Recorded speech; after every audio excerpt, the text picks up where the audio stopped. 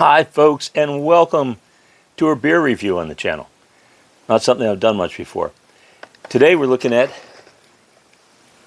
Outlaw Light beer. Outlaw Light. So I saw this in Kroger. Things don't just pop up in Kroger unless it's with heavy support from a big distributor. So things like Dogfish Head beer, sort of semi-local up to the northeast of me. I'm in Central Virginia.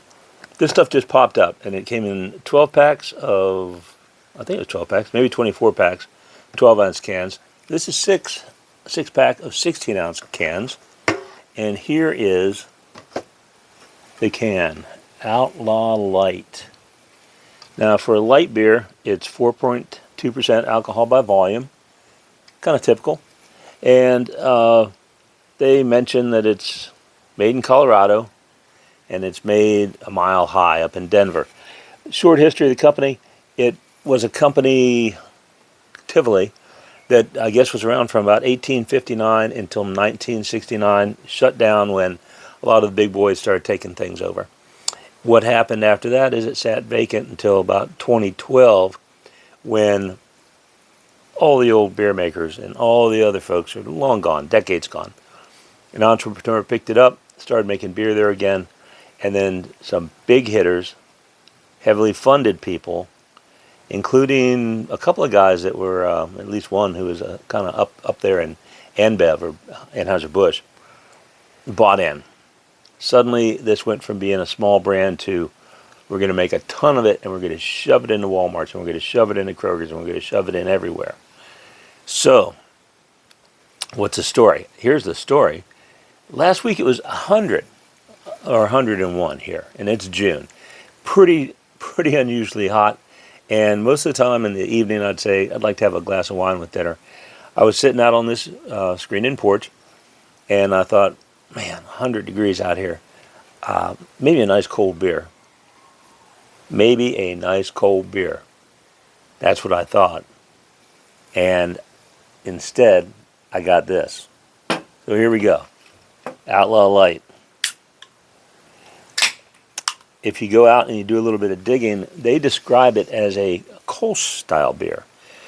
Kolsch-style beers are made in the city of Cologne, K-O-L-N, Cologne, Germany, and within 50 kilometers of Cologne. The Americans call it Cologne, spelled with a C and two O's. German is K-O-L-N. In the German beers, they have to go by the law is called the Reinheitsgebot, and it calls for water, hops, and malted barley. So the folks at this company, here we're going to pour it for you, see what it looks like. And not a slow pour, see if it forms a head. And there's some bubbles, and there's some head there. They refer to this as a Kolsch-style beer. They say it has German yeast, okay? It has Magnum hops, which I don't know, and a Pilsner malt. So, but I don't think that's the whole story. Every review that I read on this, all the beer reviewers, this beer's been out apparently since 2022. It just did not hit my section of the Central East Coast until a month ago, maybe. Everybody mentions right off the bat, well, first off, number one, you see the head just disappeared. What's that remind me of? Oh, I don't know, some of the other great American beers like Falstaff, or maybe Pabst Blue Ribbon, or maybe even Red, White, and Blue, which was like, if you couldn't afford Pabst Blue Ribbon, you bought Red, White, and Blue. And if you couldn't afford Red, White, and Blue, then God bless you, because it was as cheap as it gets. So everybody mentions how this smells kind of corny, like there's corn syrup, probably, I don't know, it could be high fructose corn syrup added into it, because you can go ahead and malt your barley, and that's starch, and then you heat it up and it releases sugars that makes alcohol. Another cheaper way to get alcohol is to throw in some high fructose corn syrup. Very inexpensive. Not really a great flavor component though. So this is it. Cheers to all of you watching. I'm going to taste it so you don't have to, because this isn't my first one out of this 6-pack. By the way, big ass 6-pack like this. 6 tall boys, $5.99. It was cheaper than the next cheapest American beer in the store, which is Ham's beer. And Ham's mentions it's in the water, which takes me back to an old National Lampoon thing about Bear Whiz beer. But here we go.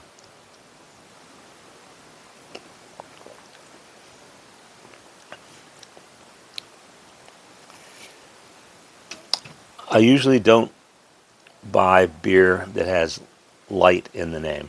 If I'm looking for a beer that doesn't have any flavor, basically I'll have instead I'll have a beer and then I'll have a glass of water. This,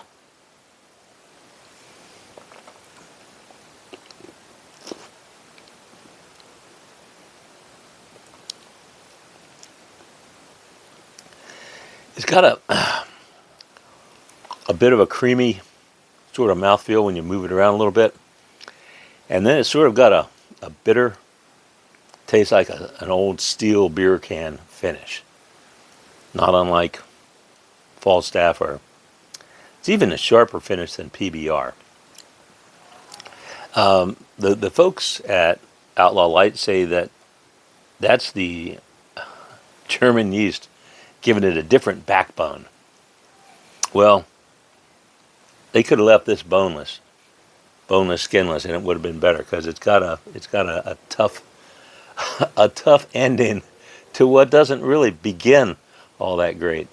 It's about 98 out today, and I've got the can open, so I'm going to finish it.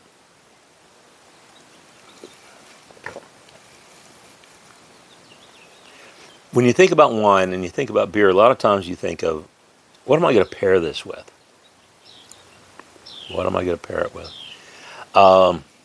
Maybe if you had some really hot Bojangles chicken or something.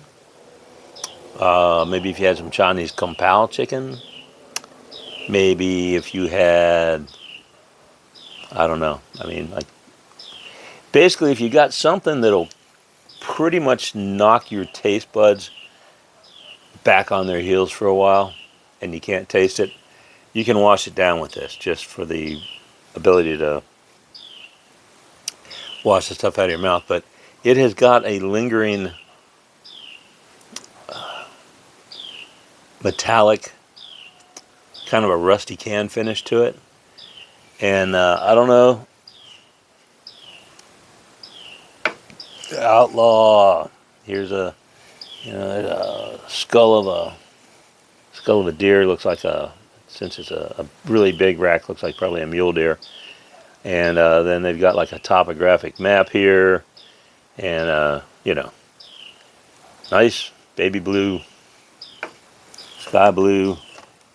Packaging's okay, but it looks like the folks who are in charge of the company are mostly folks who know how to press product into distribution and how to do that. Unfortunately,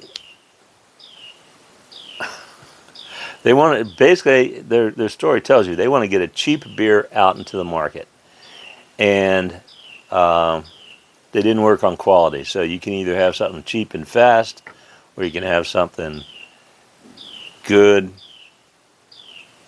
sometimes good and cheap, but you can't have cheap, good, and fast. And this left the good out. So there's thanks for watching the review today. If you like it, hit like. If you got a comment, please leave a comment. I like to read them, and I try to answer them all. If you're not yet subscribed, hit the subscribe button. And when you check back in next time, it's probably going to be a video more in line with what you thought you'd see. So, until then, it's two riders saying, thanks much. See you next time.